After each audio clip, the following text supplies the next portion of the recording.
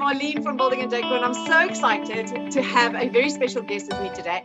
And even more so because it's a woman that we're seeing, and we see so few women in construction. Today, we are interviewing Thandeka, Nombanjinji-Nzama, and she's the MD of Bogota Building, right? Yes, it's Bogota Bogota Building. building, yes. There we go. She's the MD of Bogota Building, and we're going to talk about the name. But first of all, hi, and thank you for joining us today. Hi, Marlene, how are you? I'm well. How are I'm you? good, thank you. Thank you so much. It's an honor to be here. I am very, very, very excited to have you here today. As we've mentioned, there are so few women in the construction industry, especially in South Africa. And it is wonderful to see a woman of color that has just gone from strength to strength. You are just out there and gunning it. So tell us a little bit about the company and start with the name. I think that's so special. Oh, yes, Marlene, my name, as you've introduced me, my name is Thandeka Nombanjinji-Nzama. I'm the managing director of Bogota Building. We are a 100% female-owned construction entity whose core focus is on female empowerment within the built industry. So what we, pride ourselves in is to make sure that females form part of an equitable and inclusive part of the construction sector. Yeah, and the name, the company name as well, that has very special meaning also. Oh, yes, definitely. Bogota, as you would know, in 1956, when we had the Women's March in South Africa, when women were protesting against the past laws, then they went to the union buildings and they kept on chanting, Watinta Bafaz, Watinti Bogota. For those that don't know, that Bogota is actually a name for a rock, meaning that when you strike a woman, you strike a rock. And, when I started in the construction sector, I realized the immense difficulty of actually getting into the sector. And, there were a lot of red tapes, as a female. And it actually felt quite lonely being a female in the sector because there were a lot of hurdles along the way. So while I was starting in the industry and finding it difficult to actually make it. I realized that one day I told myself that one day when I do actually make it, I'll make it my point to make sure that I bring other women, and ensure that I include other females to be part of the industry. So that's when I thought that, fast forward years later, then I said, I actually need to change the name of the company for it to be intentional and for it to send out that message for people to realize what sort of agenda we're trying to push. So with me naming the company in Bogota, I was trying to say that you may try and break us down as females in the industry, but we won't break down because we are hard as rocks. I love that. Amen.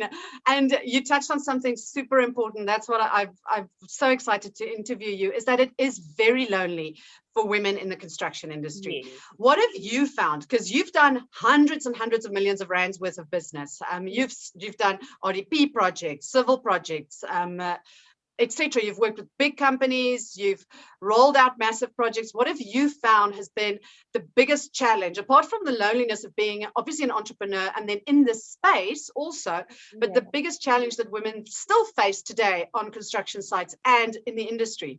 Marlene, the sad reality I came across was the fact that there are a lot of women who are highly skilled and qualified, to participate in the industry, but they are simply not given the chance or given the opportunity to participate simply because of their gender.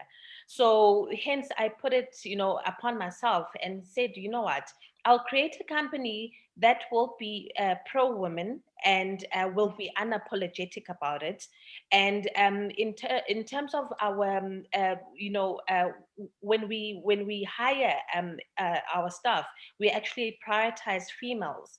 We make sure that we create opportunities for them, whether through the skills development programs, where we take, young students that are still in the sector and looking for, they're looking for skills within the sector. So we take them as interns and make sure that we guide them and make, they feel that they can be a part of the industry.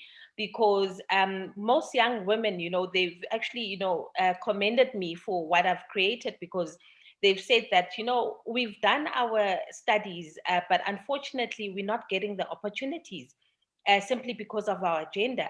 And there's one lady who even told me that she did an application, and her male counterpart, who was not as qualified as her, actually got the role simply because he was male, and they felt that he was more capable simply because of his gender.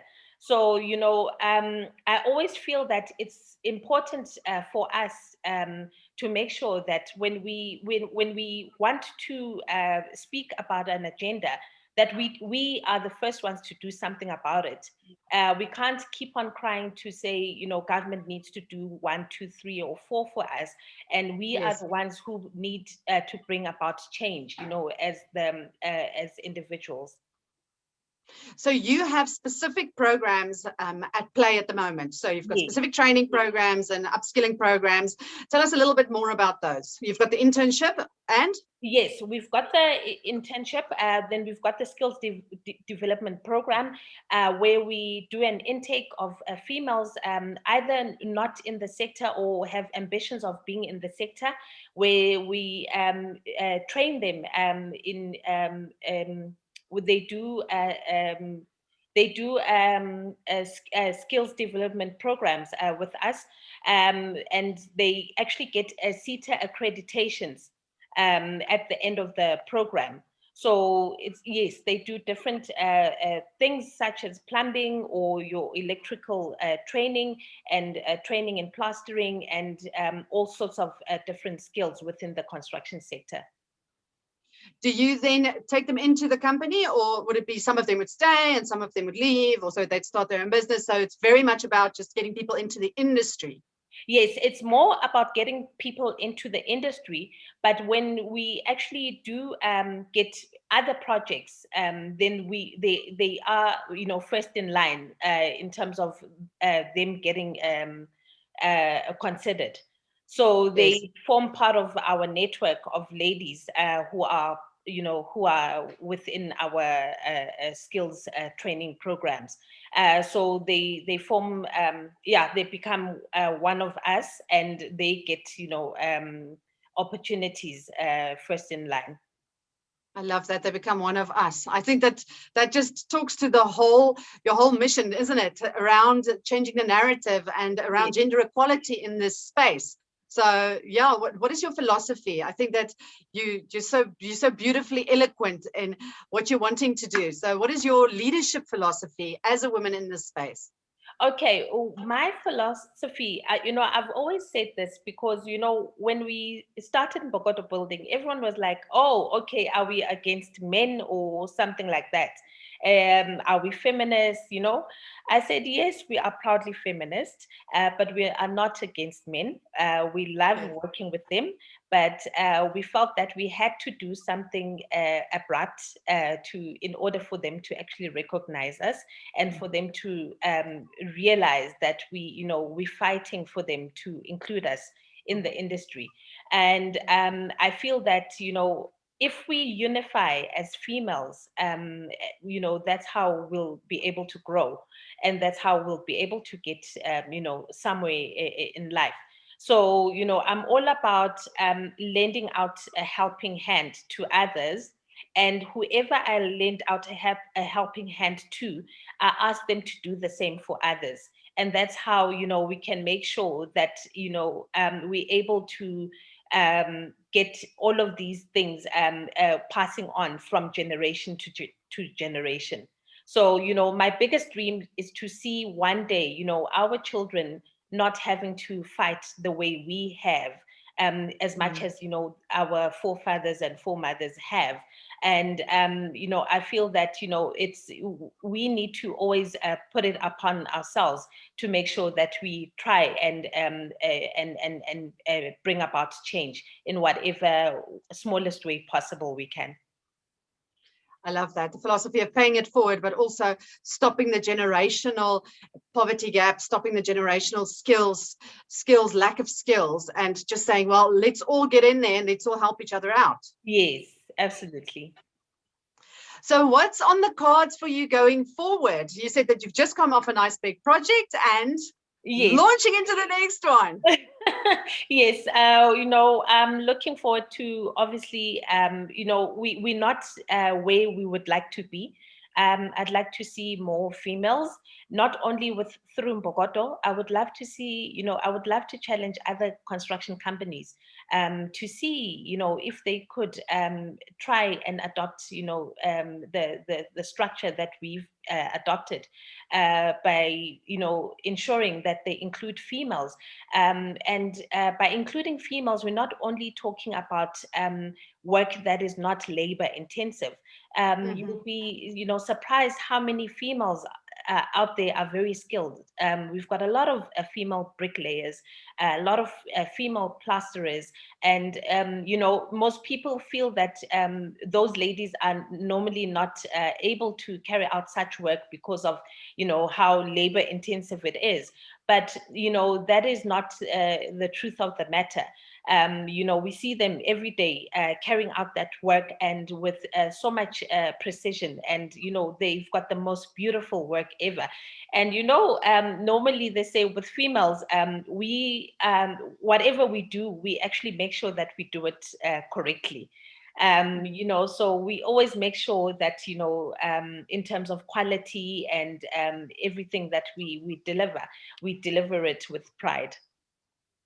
Yeah, I love that. I think it's so important that the quality of the work really reflects the philosophy, and it's there to be seen by anybody and everybody.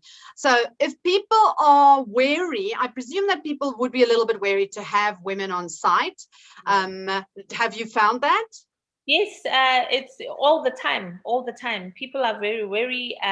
There's a guy who had said to me at one point that, women, what happens when it's that time of the month, and, there's a lot of issues. And I said to him, it's just as much as when a male is, he comes to work sick or anything like that. Yes. So it's not like it's it's a serious problem, so it's as good as when someone is ill and they can't go to work, so you can't always use such issues as an excuse.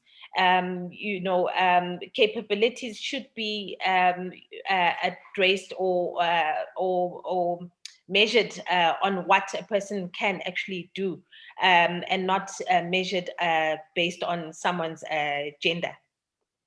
Yes, I think that there's a lot of discussion that could be had that I think probably people are wary to have in public, but they are welcome to contact you, and you're happy to have these discussions with people that want to say, look, I want to bring more women on board. I want to partner with a female-owned company that's out there doing the work, and you're open to those JVs and those conversations with other industry players, right? Yes. Yes, absolutely. Yes, we like open to JVs, to partnerships. We feel that the cake is big enough for everyone, and if anyone would like for us to participate, we more than happy to do so. And we also, open to bringing other, companies on board as well. Just as much as we've got, a number of females who are subcontracting under us, who have been and continue to subcontract under us, on different projects. So, I feel that collaboration, and working together is one important factor if you want to grow in business. I think that very important what you said around there's enough for everybody to go around. If we look at in Africa, and specifically in South Africa, what needs to happen around in the property industry, in construction, there is so much that needs to happen, that we need more hands, more people, more able bodies, and more willingness to get it done. So lots of opportunity for everybody. Thandeka, I really, really enjoyed chatting to you. So if there's somebody out there, women out there that's looking to get in the construction industry, what would your words of advice be to her? I would say they must be, persevere. They must be relentless. And, they must never listen to any negativity that they get told. I don't know how many times I was told that, I'm dreaming with, the vision that I had. I don't know how many times I got told that I'll never make it. And, in life, you must always, follow your vision and follow your heart, and never allow anyone, to tell you that you cannot do anything. So they must push forward, and we'll always be there to assist them should they, need assistance. We on Instagram, we are at Bogota Building. We're on Facebook as well as at Bogota Building, and we're on Twitter as well at Bogota Building. And you're on LinkedIn, and I must say I enjoy some of the content you post there. So I would encourage anybody to go and follow you on LinkedIn as well. I found it quite inspirational, and love the vibe that you have there. So thank you very much, Thandeka. I really so appreciate it, and I look forward to seeing more and more of what you do. And yeah, we'll put all of the details on. You're more than welcome to contact Thandeka at any of them. Thank you, Thandeka. Thank you so much, Marlene. I really appreciate it. I'll see you on site. Oh, yes.